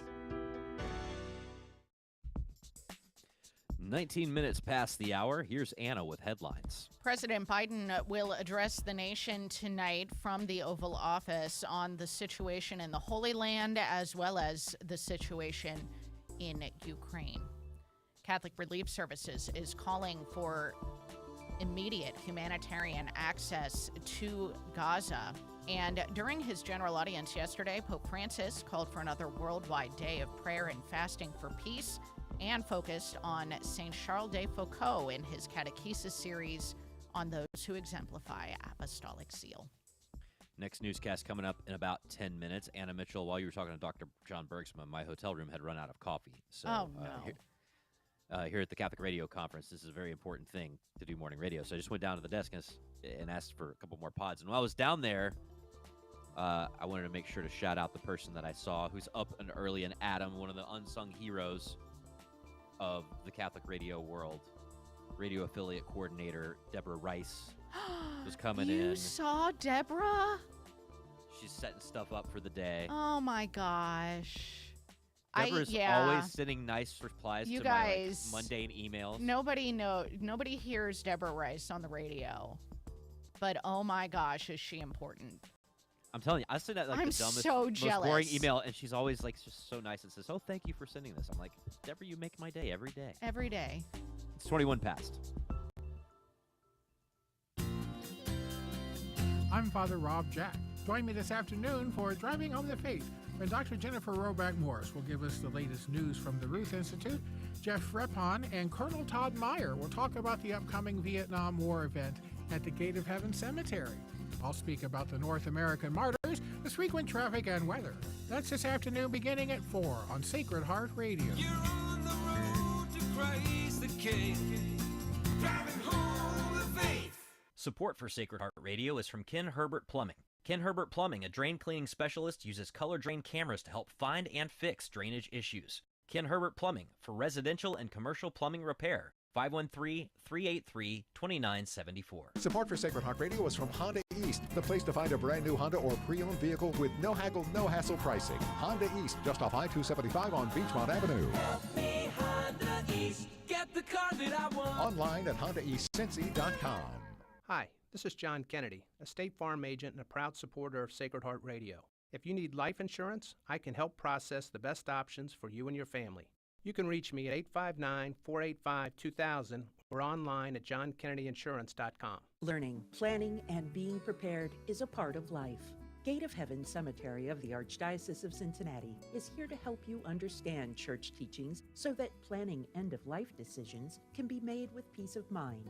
Find out more at Gate of Heaven Cemetery's Pre-Planning Seminar, Tuesday, October 24th at 11 a.m., 2 p.m., or 6 p.m. at 11,000 Montgomery Road. For reservations, 513-489-0300. 513-489-0300. Support for Sacred Heart Radio is from Delhi and Harrison Pet Centers, with everything your pet needs, from guppies to puppies. Offering curbside pickup in-store and online shopping at DelhiPetCenter.com. That's DelhiPetCenter.com. Well, it is time for Bible Food with Rita Heichenfeld from AboutEating.com, and many of you are applying butter to your toast. Maybe a pat of butter in your oatmeal on top of your pancakes. I don't know what you're doing for breakfast. Maybe you're frying up an egg or two in some butter. It's actually mentioned in the Bible. Rita, good morning. Well, good morning, and you're right about that. When I fry eggs, it's almost every day I use butter. Well, you got chickens, so you got to do something with those eggs. Well, but where sure. does it show up in the Bible? Oh, gosh, more than a few places. A couple of the most familiar ones, Matt. one of the most familiar, the passage about a land of milk and honey. And we know that there had to be a whole lot of milk and cream from the animals like goats, camels, cows, and sheep. And then in Proverbs, in chapter 30, this is a sort of a different one. As the churning of cream yields butter, and a blow to the nose causes bleeding, so anger causes quarrels. And there's an analogy there, too. But, yeah, butter was a very, very common ingredient during Bible days. All right, so some people might say you got to cut back on the butter because it's going to clog your arteries. Where's your stance on that? Knowing, of course, that you're not a health professional. Well, you know what? True, but here's my take on it. To me, your body knows what to do with something natural. Yeah, butter is a fat, but it's a natural fat. And I, like you, I just say just don't overdo, Matt. I think it's a whole lot better than when you think of the hydrogenated shortening. So, yeah, butter certainly does have a place in our everyday cooking. As I said, just don't overdo. I would rather have real butter than weird fake stuff any Yeah. day, any day of the week, where you can't pronounce anything on the back of the tub. That's for sure. But let's talk about salted versus unsalted butter, because I use salted butter for almost everything. But every now and then you'll see a recipe that calls for the unsalted specifically. So what's the point of salted versus unsalted? Well, salted butter, I think it adds flavor, but it also acts as a preservative. So that's why you can keep it in the fridge for a long time. Now, unsalted butter, it has a shorter shelf life in the fridge. The taste is really, really good. But if you're going to buy butter on sale, especially unsalted, keep it in the freezer for long periods of time. All right. So do you ever swap out salted versus unsalted butters in recipes at all? Oh, yeah, a lot of times. And I think in most cases, I agree with you, you can do that.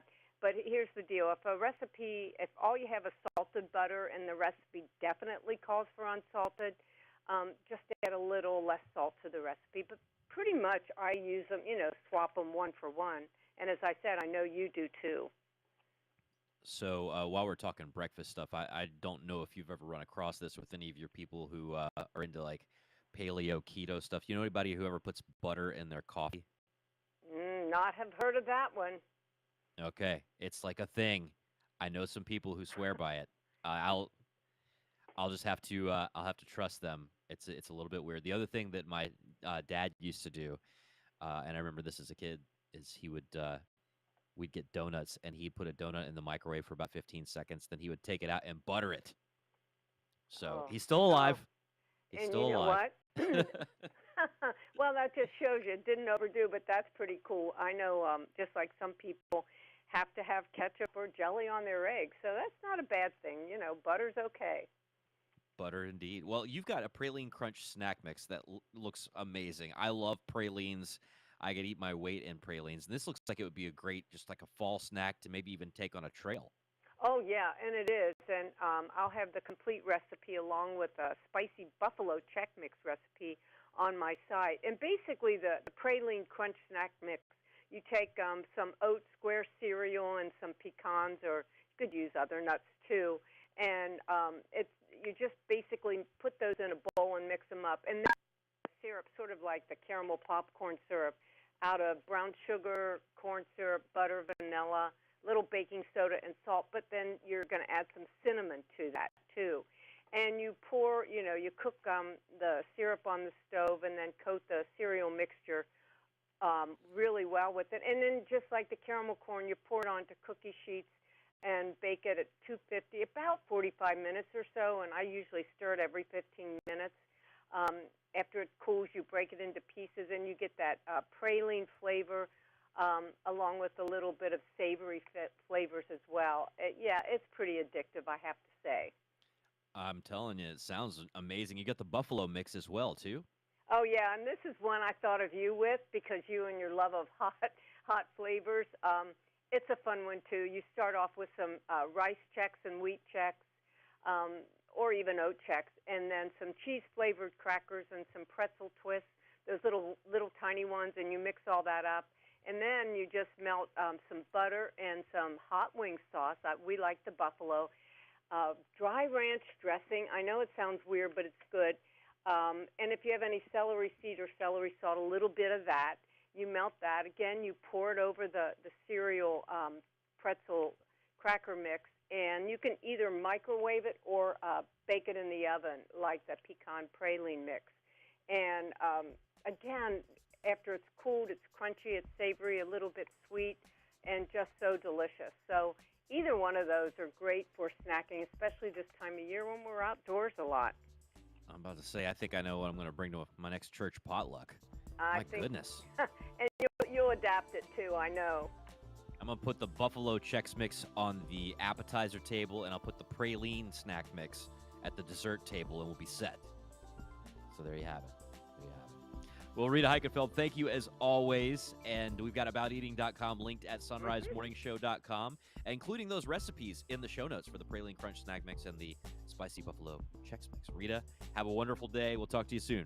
Yep, Matt, I'll talk to you next week. And again, it is the Feast of the North American Martyrs, St. Isaac Jogues, St. Jean de Brebeuf, who named the game of lacrosse. So happy feast day to all the lacrosse players out there listening this morning. 5:30, here's Anna Mitchell with news. Good morning. President Biden will be giving a primetime speech tonight about the attacks in Israel and the war in Ukraine. White House Press Secretary Karine Jean-Pierre says Biden's speech from the Oval Office will begin at 8 p.m. Eastern Time. The president was back in Washington last night after a brief visit to Israel, where he met with Prime Minister Benjamin Netanyahu in a show of U.S. solidarity. Meanwhile, the administration is wanting to provide $100 million in humanitarian aid for civilians in Gaza and the West Bank. More from Mark Mayfield. The administration said it will help support more than 1 million displaced Palestinians with clean water, food, and medical care. President Biden, while visiting Israel, warned Hamas not to steal or divert the aid that the U.S. and other countries are working to funnel into the region. The humanitarian crisis in Gaza has grown dire as the area has been repeatedly hit with retaliatory Israeli strikes. Biden also wants to secure financial assistance for Israel. I'm Mark Mayfield. Catholic Relief Services is calling for humanitarian access to Gaza and an immediate end to the violence there. CRS reports that a blockade that's been in place in Gaza since 2007 has made for limited emergency supplies now. And since October 7th, electricity has been cut off and no food, water, fuel, or other goods have been allowed into Gaza. They say some people have already run out of essential supplies. CRS President and CEO Sean Callahan released a statement saying, quote, "Millions are currently trapped, including 1 million children, in a nightmare of violence and displacement with no end in sight. They need urgent humanitarian action." He said, "We cannot stand by and watch them suffer. We must act now to save lives and restore hope," end quote. Pope Francis will be leading a prayer vigil for peace next Friday, October 27th. The Holy Father made the announcement yesterday during his general audience as he called for that day to be a worldwide day of prayer and fasting for peace. The Holy Father will lead an hour of prayer in St. Peter's Square at 6 p.m. Rome time on the 27th and invited all particular churches to take part by organizing similar initiatives. During his general audience catechesis, the Holy Father focused on St. Charles de Foucault as he continued his series on those who exemplify apostolic zeal. From Vatican Radio, Devin Watkins reports. Born in Strasbourg in 1858, St. Charles served as a soldier in the French army before becoming a hermit and a Catholic priest among the Tuareg people in Algeria, where he was assassinated in 1916. The Pope said the saint made Jesus and his poorest brothers and sisters the passion of his life. After his conversion, St. Charles wrote to a non-believing friend that he had lost his heart to Jesus of Nazareth. Pope Francis said that his words show that the first step in evangelizing is to have Jesus at the center of one's heart. Se ciò non avviene, difficilmente riusciamo a mostrarlo con la vita. If this does not happen, we can hardly show it with our lives, he said. Instead, we risk talking about ourselves or our morality, but not about Jesus, his love, and his mercy. The Pope noted that St. Charles de Foucault moved from attraction to Jesus to imitation of Jesus, and even felt like a younger brother to the Lord. He went so far as to move to the most remote of places, the Sahara Desert, to live among the Tuareg people, to cry out the gospel in silence. Charles let Jesus act silently, convinced that the Eucharistic life evangelizes, said the Pope. Indeed, he believed that Christ is the first evangelizer. The saints spent up to 10 hours a day in prayer before the tabernacle, trusting Jesus to carry out the work of evangelization. In conclusion, Pope Francis invited everyone to live with Christian joy, meekness, tenderness, compassion, and closeness. Col sorriso, con la sua semplicità. With his smile and simplicity, concluded the Pope, Brother Charles bore witness to the gospel through attraction.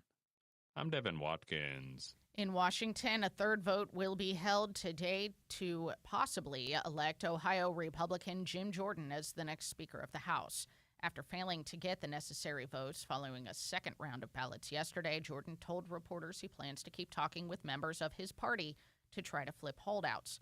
22 Republicans voted against Jordan yesterday. That's 2 more than were opposed to him on Tuesday's first vote. A third speaker vote is scheduled for noon Eastern today. The chamber has been unable to move any legislation following Kevin McCarthy's ouster. That's the news on the Sunrise Morning Show. It's 35 past the hour.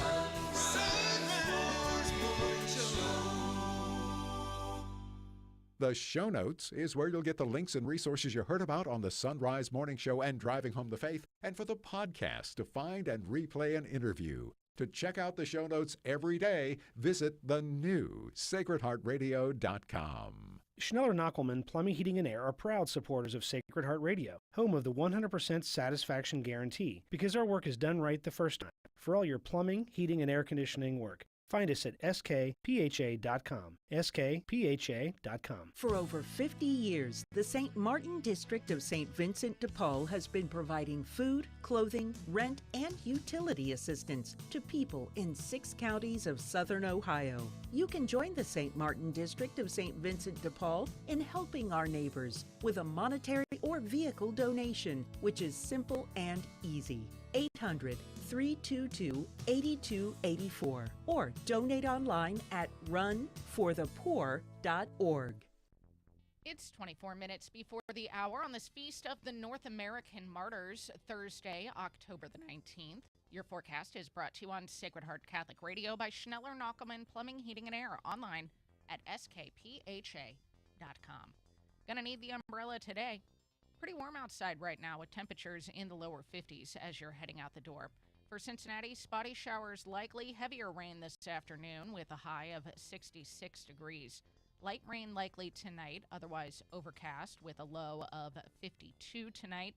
Overcast tomorrow with some spotty light rainfall and a high of 61. For the Miami Valley-Dayton area, cloudy with rain developing this afternoon and a high of 64. Rain early tonight, then remaining cloudy with some showers possible and an overnight low of 50. Light rain early, then cloudy with possible showers in the afternoon tomorrow and a high of 60. This is Sacred Heart Catholic Radio.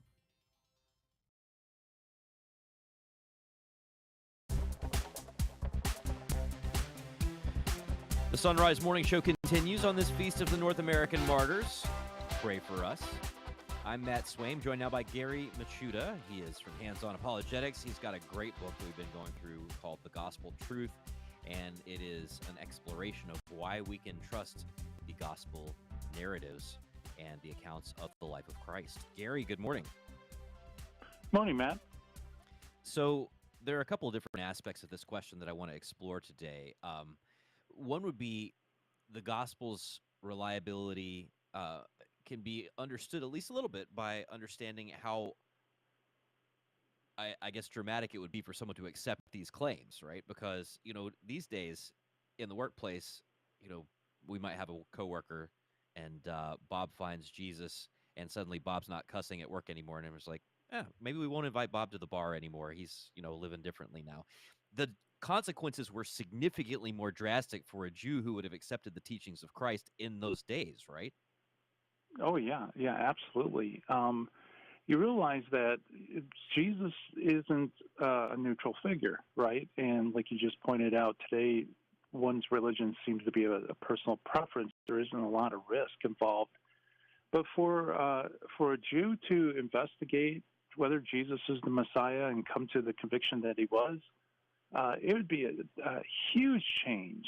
I mean, he essentially would be affirming that the leaders that surround him in that day was wrong, and they not only were wrong, but they put the Messiah to death. You would also be incumbent upon you to become Christian and join Christianity's sacramental economy, which means that you would stop practicing all these customs and ceremonial laws that have been practiced by you since birth and by your family for centuries, like, ritual circumcision, dietary regulations, temple sacrifices. All those things you would suddenly have to stop and live by the new covenant. And so not only that, but you would also have your leaders who believe that Jesus was a false Messiah and false prophet who misled Israel, that you would be following a apostate, and that could lead to persecution, perhaps even death. And then, lest we forget, Jesus, of course, was executed by the Romans as an insurrectionist. He claimed to be the king of the Jews. And so not only that, but it would also put you afoul of the Romans as well, because you'd be following somebody that could be a contender to Caesar. So I bring this up because this idea of the disincentives, as it were, to just following your mood and being taken in by a charlatan. I mean, there's some strong disincentives, right? We're talking about losing everything, including your life, in an extremely painful way. And what this tells me as I think about my own work with the Coming Home Network, and especially working with the Protestant ministers we talk to who are becoming Catholic. Now, they're not likely to face Roman torture and execution, but they are going to face some of those cultural consequences and possibly even employment. And you know what those guys do, those ladies who are in those situations do? They investigate this thing very, very seriously. They want to verify all the fine print right before they make this decision. Right. It's going to do all kinds of things. So if that's what people are doing now, does that help us understand that people would have done the same thing if they'd heard these stories about Christ, that they would want to have some kind of verification on them? Yeah, exactly. I think that's an excellent parallel, because for a Protestant minister especially to become Catholic, basically their whole social net is destroyed. They could be alienated from their closest friends. And also, you have been educated to do this. This is your calling. This is also your career. And to become Catholic would mean that you walk away from that. And, and there's lots of uncertain prospects as to how you could serve the Lord in those capacities within Catholicism. So, yeah, I think that is a great parallel, because if it's true today, where, like I said, religion is more of a personal preference than a total life change, I mean, how much more so back in the first century? And so speaking of the first century, these Gospels are written during that time period. And, if we want to try and figure out what would someone who didn't see Christ in person, only heard the stories and was compelled to investigate them, like, what if we had an account by one of those people? Well, the thing is, we do, right? Like, isn't that Luke's account? Yeah, exactly. Yeah, he was one of those examples where we find in the New Testament where people actually went out and verified things. In fact, he begins his gospel by saying that there were already narratives circulating in writing about Jesus, and he decided to reinvestigate everything from the beginning accurately anew and put it into an orderly sequence for this person named Theophilus, who was apparently undergoing catechesis. The word there in Greek is actually where we get the word catechesis from. And so Luke is a great example of someone from the very beginning who checked everything out. They verified whether the claims were true. And he passes on his findings to Theophilus and to us today. Well, and some people, kind of cringe at this, the idea that certain gospel writers might have borrowed other details and things from other gospels, and they're like, oh, no, but that makes it sound like they're not inspired. Well, Luke doesn't even pretend that he's not doing that. I mean, Luke is pretty clear that, hey, I'm actually looking at these earlier accounts, right? He's actually, using source material, just like anybody would do a research paper by reading source documents. I mean, Luke is pretty clear that that's what he's doing. Yeah, exactly. Yeah, and even Mark, there's a theory that was put out by a theologian named Bernard who believed that Mark was actually stenographically taking down Peter's preaching in Rome, and that Peter may have had the Gospel of Mark before, or excuse me, the Gospel of Matthew before him, and he's preaching kind of like fills in the details that Matthew misses. And I think that's a really interesting theory on a number of levels. First, the idea that, there was this technology of stenographically, recording people's words, so it's like a live recording of events that's both in Latin and Greek in the first century, and also the fact that, there's nothing preventing the gospel writers from also, using other resources as well and using their personal testimony from what they experienced to enhance it. Well, and not only that, the idea that these apostles are making these accounts not in a vacuum, but with one another, right? The apostles are still, connected to one another for some time. So they would have been verifying with each other the details and making sure that they were remembering things correctly, right? As they're telling the stories back to one another over and over again, or as they're going out preaching and one apostle is hearing another apostle preach, right? And is standing by making sure that what that apostle says matches with the experience of what this other apostle had, right? I mean, this is right. These are such fascinating layers, because if you just pick up the Bible as a book, right, and forget like the real world out of which it came, like it's easy to dismiss it. But once you start thinking about it, you're like, oh no, they would have had to have verified this stuff before they put it out there. Yeah, and then not only that, but you also have the wider group of disciples, which is much more numerous, that they also would be hearing this and repeating it and so on. Yeah, it's like layer upon layer of witnesses that if somebody innovated something, it would have stuck out like a sore thumb, and it would have been immediately rejected by the group. Well, I mean, just think about the account of the feeding of the 5,000. Like, if any of those 5,000 were to hear that story and be like, that's not how it went down, right? Like, there were a lot of people who could have contested that account. But yeah, it's fascinating. Well, thank you so much, Gary Machuda. If our listeners want to get a copy of your book, The Gospel Truth, and maybe connect with you and Hands-On Apologetics, how do they do so? Yeah, go to handsonapologetics.com, or you could get the book at stpaulcenter.com. Linked at sunrisemorningshow.com. Thank you so much, Gary. Have a great day. You too, Matt. All right, Courtney Brown joins us next from Ruah Woods, plus headlines with Anna Mitchell. It's 14 till.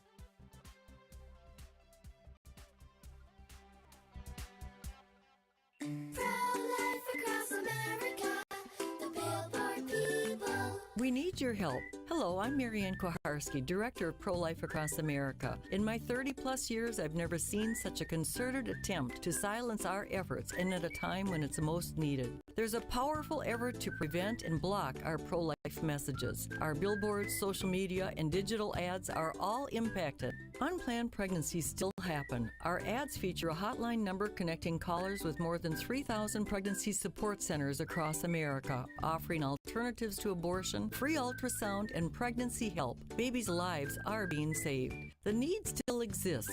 It really does. And Pro-Life Across America needs your help. To donate, please find us at prolifeacrossamerica.org. Did you know I could suck my thumb before I was born? Yep, we all started small.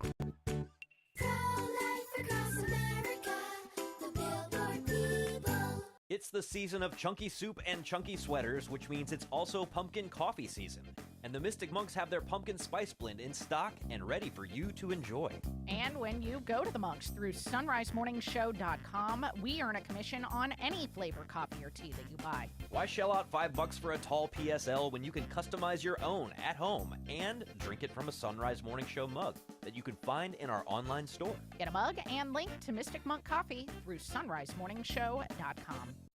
The wisdom of Mother Angelica. Isn't it awesome that we today do not recognize his presence?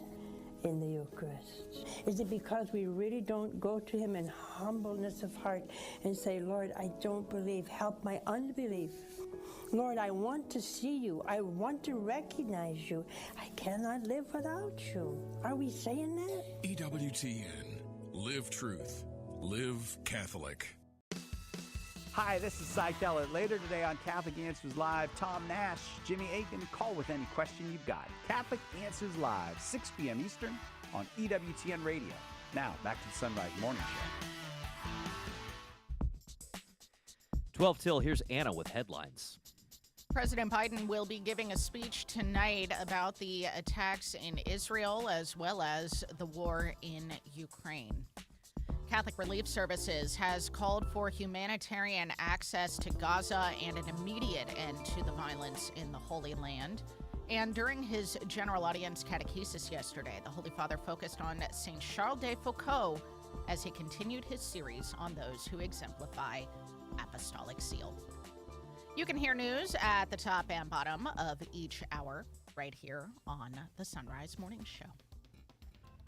Joining us now on the Sunrise Morning Show is Courtney Brown, Executive Director of the Rua Woods Institute. We're continuing our series of mini lessons based on their K through 12 theology of the body curriculum called Revealed. Courtney, welcome back. Oh, thank you. How are you doing this morning? I am doing fine. Excited to talk to you about this and get this little mini lesson from the kindergarten curriculum.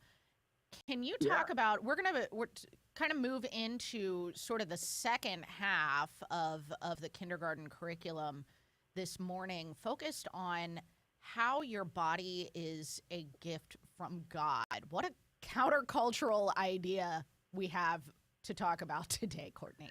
That is, yeah. So in the beginning, when we were talking last week about where we start with the idea of original solitude, Pope John Paul II talks about that self-determination, the interior part of man, where you discover who he is in relation to creation and who he is in relation to God. But the unique thing about theology of the body is GP2 talks to us about when Christ assumes a body and now takes on a theology. So our body-soul composite, now our bodies have a certain type of dignity, and we are our bodies. And the fact that we are created as male and female communicate something of who God is and who we are. And so with the kindergarten, we do, at the end of our lessons, we look at the body being a gift and how important that is, especially in today's culture, because when most people hear the term the body, they think of things they want to change about it, or it's become very, for lack of a better term, utilitarian view of it, like I can change this to make myself look better, or I need to look like this. We compare it. And instead, the starting point really is, from the very beginning, the starting point was that this is a gift. And Adam and Eve, when they saw each other, didn't reduce each other to a body part. Instead, saw all of the person, right? They saw the gift. They saw wonder. They saw awe.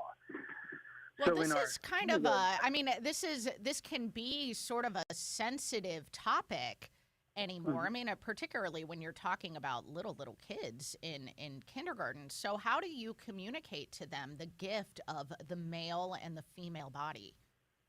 It's a great question. And what we do is just simply talk to them about the fact that they're a boy or a girl, and the fact that you do have that body and God has created you and you are a child of God. It starts simply by the fact that because of that, you are what we call just a gift, that the fact that you're a boy is a gift, and the fact that you're a girl is a gift, and you are a son, that you are a son of God and you are a daughter of God.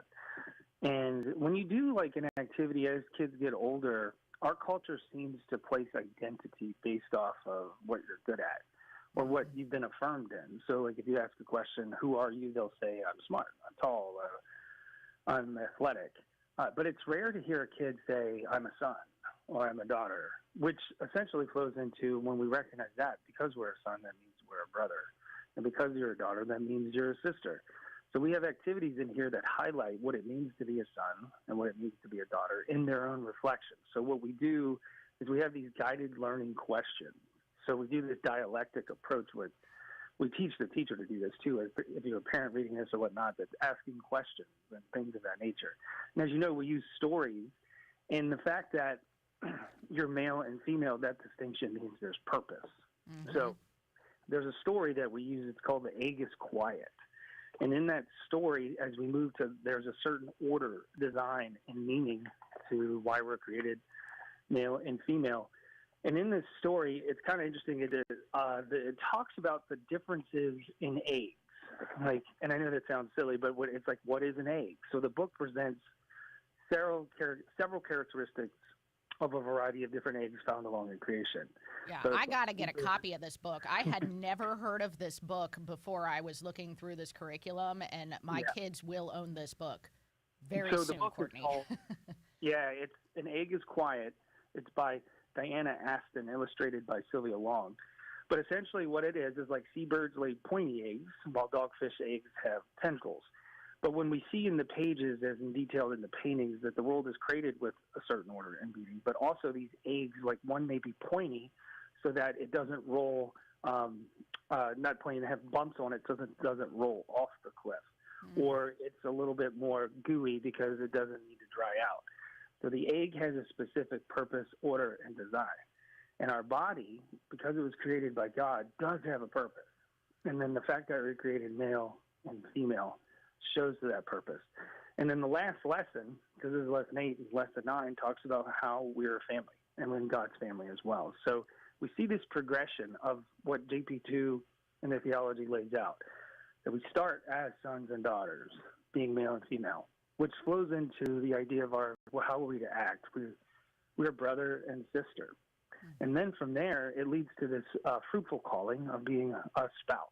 And some are obviously, as we know, are called to become priests or religious or nuns and things of that nature.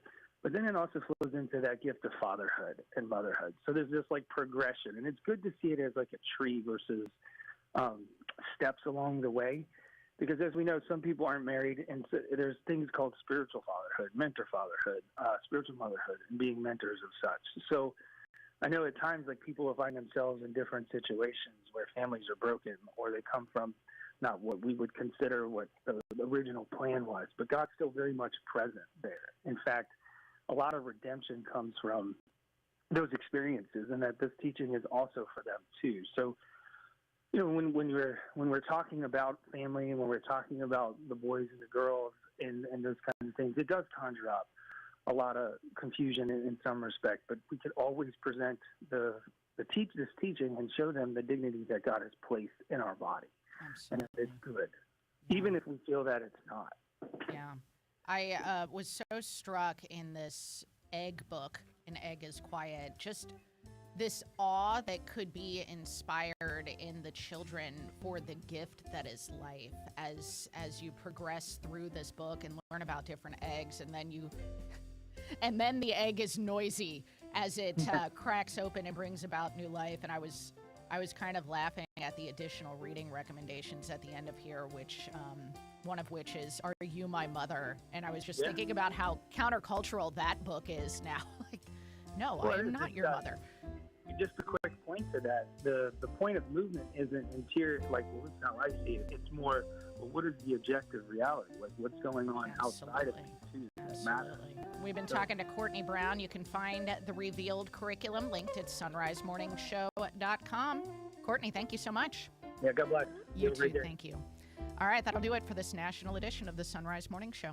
God bless. Family, thank you for supporting Sacred Heart Catholic Radio. Yes, because of your generosity and from inviting many others to listen and give is why Sacred Heart Radio is now heard and seen on 7 media platforms.